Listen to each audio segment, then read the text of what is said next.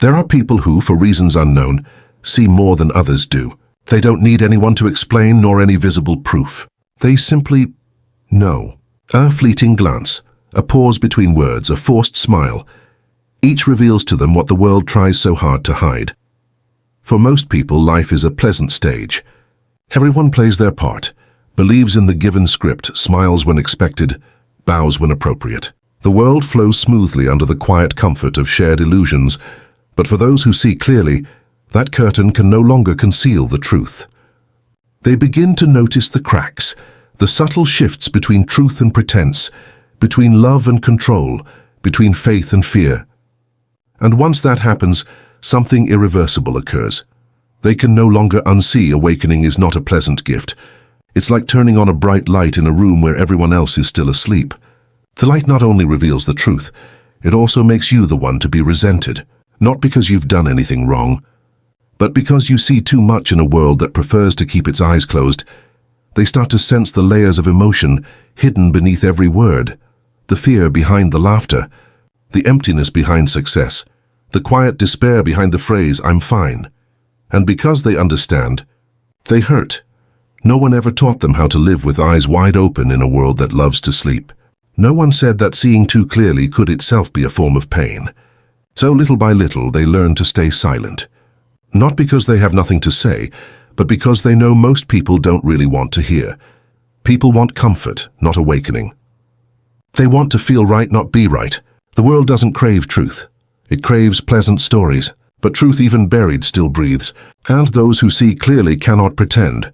They perceive something sacred in every moment, in pain, in deceit, in the weariness of humankind. They see, yet they do not judge. They understand, yet they do not interfere. They love, yet they do not cling. For in the end, they realize, awakening is not rebellion against the world, but a return to oneself. Not to fix others, but to see them as they are, asleep, tired, and yet beautiful in their lostness. And in that silence, the one who sees smiles. Not because they know everything, but because they've accepted that. To see clearly does not mean to fix. To awaken does not mean to stand apart. It simply means that once your eyes are open, you can never close them again. And perhaps, that is the saddest, most beautiful truth of all. When you begin to see clearly, the world seems to drift away. Not because you wish to leave it, but because it no longer knows how to stay close to you. You feel the dissonance in every conversation. The jokes feel empty. The noisy gatherings become places where you just want a quiet corner to breathe. You no longer belong to the repeated stories. Who's right? Who's wrong? Who's winning? Isolation doesn't strike suddenly. It seeps in quietly like mist, gentle yet heavy as stone. You speak less, realizing most conversations are only to fill the void, not to touch what's real. You smile when people talk about happiness, knowing deep down they mean something fragile, built upon fear of loss. And so you grow silent, not out of pride, but because you know speaking is futile. The world doesn't fear truth. It fears losing the illusions that make it feel safe. And when you see through those illusions, you become a mirror they don't want to face. For in your reflection they see themselves, naked, fragile, unready. So they turn away, they call you difficult, cold, estranged. They say you've changed when in fact you've simply become honest. You no longer pretend to care about what doesn't matter. You no longer agree just to be liked. You no longer nod to belong, and amid the crowd you feel more alone than ever. No one truly looks at you. They look through you as if you exist on a different frequency, where words are no longer enough to connect. Yet in that separation, something miraculous unfolds. You begin to see yourself more clearly. Isolation, if befriended, becomes not a prison but a sanctuary. It's the stillness where you can finally hear your own voice, free from the noise of the world. In that silence you realize you were never truly alone. Beneath every shell of every human being, all are searching for the same thing, and peace. They're just asleep while you are awake. You learn to love solitude as you love the early dawn, cold, pure, and real. You learn to sit with yourself without reaching for distraction. You see that isolation is not punishment. It is the soul's ritual before rebirth. And slowly your fear dissolves. You understand the world hasn't abandoned you. It's simply asking whether you have the courage to stay with yourself. Because those who see clearly, if they cannot stand firm in solitude, will return to the crowd seeking comfort, and lose themselves once more. But you do not. You sit quietly, listening to the wind move through your mind and smile. Because you know, isolation does not destroy you. It only washes away what no longer belongs. After the world leaves you, a new battle begins. Inside yourself, it's no longer a war with others, but between truth and compassion within you. You see too much. You see that people lie not because they are bad, but because they are afraid. They pretend to be happy not to deceive, but because they cannot face their emptiness. You know something is wrong, yet you understand. They're not ready to know. You are caught between two choices, to speak and wound them, or to stay silent and betray your own knowing. It's a quiet tearing of the soul. You long to be honest but not cruel. You long to love but cannot pretend. You ask yourself, am I wrong or is the world wrong? But no one is. You're simply perceiving a deeper layer of reality, where souls are still learning to grow in consciousness. At that level, you can no longer speak the old language. You begin to realize that truth need not be shouted. It only needs to be lived. You don't have to convince anyone. Just be the mirror, silent, steady, present. Those who are ready will see. Those who aren't will walk past. But this path isn't easy. There are days you blame yourself for staying quiet. Nights when you wish you could pretend again. Laugh easily, live lightly. Yet you know, once seen, truth cannot be unseen. It can only be accepted. And that is the lesson of the inner conflict, that wisdom cannot walk alone. It must be held by compassion. Without love, your sight becomes a wound. Without gentleness, your light blinds before it heals. So you learn to see without needing to fix, to look upon the lost, knowing they are exactly where they need to be, to see illusion as part of awakening. You stop blaming them and yourself, for in the end you understand not everyone needs to be awakened. A seed does not bloom faster because you pull at its petals. You let things unfold, and softly, naturally, completely. You stop striving to be right and choose simply to be present. You stop seeking to understand and choose to love.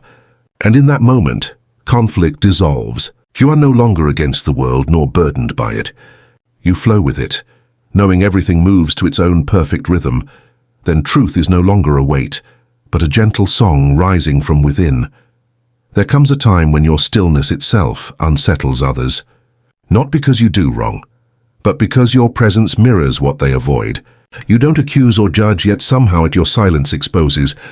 They feel uneasy, not because you look at them, but because you look through them. You no longer play the social game everyone agreed upon, the smiles, the "I'm fine," the laughter at the right time to hide fear. You've stepped off the stage, and by doing so, revealed the painted backdrop of the play. People react instinctively, defense first. No one likes to be illuminated by a light they aren't ready to face. And so they strike back, not at truth itself, but at the bearer of it. You start hearing, "You're too sensitive. You overthink everything. You make things complicated." They don't deny what you see. They deny your right to see. The world defends itself cleverly by making you believe you are the problem. This way, illusion stays safe, and you become the odd one out, while they remain normal, adapted, pleasant. But in that moment, you understand the real cost of awakening. Not everyone desires freedom, for freedom demands facing oneself. Not everyone desires light, for light reveals the shadows they wish to forget. The world needs its sleepers to maintain the balance of this grand play. And when you awaken, you disrupt that balance simply by existing, so their reaction is natural. When you turn on a light in a dark room, not everyone is grateful. Some squint, some turn away, some grow angry. The light hurts their eyes. You must understand this so you don't get drawn into hostility. They're not fighting you. They're fighting the part of themselves your presence awakens. You are not their enemy. You are the mirror they are not yet ready to face, and this becomes your greatest test, to keep your heart open even when misunderstood. Not to withdraw, not to harden, not to build walls out of your awareness, because if pain makes you bitter, then illusion has won. Remember, true light never fights the dark. It simply is. And darkness by its nature must dissolve. Once you understand this, you no longer need to prove, convince, or defend. For truth needs no protection. It only needs to be lived. And so you live at not to make the world see, but to let the light within you breathe, softly, quietly. As it always was, there is a peculiar kind of exhaustion, not from work or people, but from feeling too much. When you see too clearly, you feel everything. The sorrow of others touches you as your own. Their anger, their fear, their emptiness all flow through you. And then one day you realize you no longer know where you end and the world begins. You leave a crowd heavy, though nothing happened to you. You carry the world's energy but forget your own center. That is when seeing clearly turns into melting away. When the boundary between self and other dissolves, you cease being the observer and become the mirror that absorbs. And the mirror grows clouded, weary, burdened. Those who see must learn not to absorb. Not by closing their hearts, but by standing rooted, like a mountain unmoved by storm. The mountain does not run, nor take the wind within. It simply stands, silent, watching all things pass. When you can stand still within awareness, rather than be swept by it, you begin to see more clearly than ever, not the world, but yourself. You cease to be a vessel of others' pain, and become the clear space where everything dissolves naturally. And within that space you realize, to see clearly does not mean to carry. To feel deeply does not mean to suffer. True compassion is not about enduring for others, but about remaining present, peaceful, and open. That is when you truly awaken, not to know more, but to return home to yourself. When you begin to see clearly, a quiet temptation arises to save the world. You see suffering and want to help. You see delusion and want to shake people awake. You see fear and control and want to set them free. At first it feels noble, but soon you realize the more you try to fix, the more tangled it becomes. For no one truly changes because you want them to. No one wakes just because you say, "Wake up." The world doesn't need another fixer. It needs one awakened presence, still, steady, unshaken. Like the river, it doesn't tell the trees to grow green. It simply flows and life unfolds around it. Your task is not to change others, but to keep your inner flame alive, because that light, not your words, touches souls. You don't have to point out what's wrong. Just be what's right. That requires deep humility. To let the world be wrong in its own rhythm. To know that sometimes silence heals more than 1,000 lessons. And stillness can be the purest form of love. To see clearly without rushing to act. To understand deeply while remaining gentle. To love without control, that is true wisdom. For no one awakens because you pull them. They awaken when they are ready to see the light. And you only need to hold the lamp, quietly lighting the way, trusting that in time, every soul will find its way home. And then comes that strange in-between phase. You no longer belong to the old world, nor have you yet settled into the new. You stand on the threshold, between what has been and what is yet to come. The people around you no longer seem to understand. They speak of things that now feel distant. The joys that once thrilled you now ring hollow. Debates of right and wrong, success and failure, all feel weightless.